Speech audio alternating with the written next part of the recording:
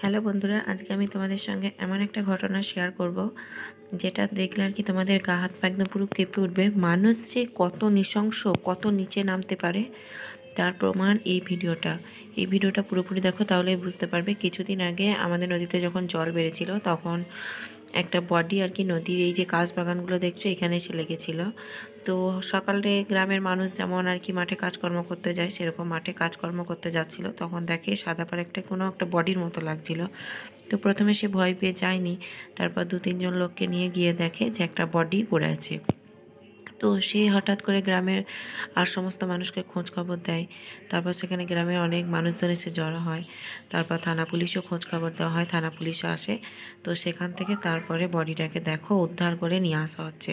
মানে বডিটার এমন অবস্থা হয়েছে, একদম পুরো ফুলে ফেঁপে অস্থির হয়ে গেছে, বডিটাকে তোলাই যাচ্ছে না। তারপর অনেক কষ্ট করে আর কি বডিটাকে উপরে তোলা হচ্ছে।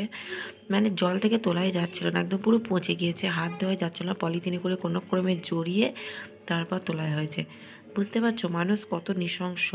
মানে যে কোনো ঘটনায় ঘটুক না কেন, একদম তাকে প্রাণে মেরে শেষ করে দিয়ে নদীতে জল বেড়েছে দেখে জলের মধ্যে ভাসিয়ে দিয়েছে, যাতে তার কোনো অস্তিত্বই না থাকে। তো এইভাবেই আর কি এখনকার যা পরিস্থিতি হয়েছে, মানুষের সঙ্গে মেশাটাই আর কি দায় হয়ে গেছে। কার মনে যে কী আছে, কে কি যে কী চাইছে বোঝাই দায়। তো শেষ মতো দেখো বডিটাকে তুলে, একদম এত গন্ধ ছাড়ছিল, তারপর দেখো একদম একটা সাদা পলিথিনে করে, তারপর একটা কালো পলিথিন করে, দুটো পলিথিনে করে বেঁধে গাড়ির মধ্যে চাপিয়ে দেওয়া হয়েছে। তো তারপর বডিটাকে নিয়ে চলে যাওয়া হবে। আর থানা থেকে তো পুলিশ এসছে, তো পুলিশ তো পোস্টমর্টম করবেই। তো খোঁজ খবর নিল, দেখলো যে আশেপাশে নয়, এবার খোঁজ খবর নিয়ে দেখুক যে কোথাকার। পুলিশ তো তদন্ত করেই সমস্ত কিছু পেয়েই যাবে।